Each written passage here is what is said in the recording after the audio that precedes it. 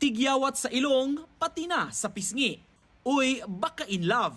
Pero ang tila maliit na problema, naging malaking suliranin ng isang binatilyo sa Dumaguete. Nang ang kanyang tiniris na tigyawat sa ilong, naging mitya ng pag-aagaw buhay niya. Kwento ng kanyang ina, naghihilamos ang kanyang anak noong March 25 nang masagi nito ang tigyawat sa ilong. Yung umpisa ko talaga nun, sir, pinikain niya. Tapos, alam niyo na po, sobrang init. Tapos, kilala niya yung Makate. Tapos, kinamot niya. Siguro madumi, nagka-infection. Tapos, tiniris pa rin niya na tiniris. Tinanggal talaga niya yung nanak.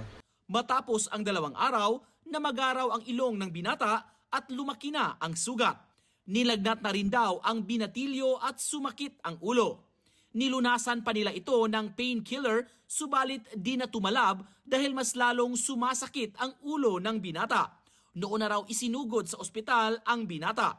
Pero di pa man nakakarating sa emergency room, nagkumbulsyon daw ito. Ayon daw sa doktor, nagka-impeksyon ang kanyang anak. Sa ngayon, maayos na ang lagay ng binata at balik eskwela na rin. Ingatan na yung mga nila sa tagyawat, pero po talagang tiritin para hindi magka-problema.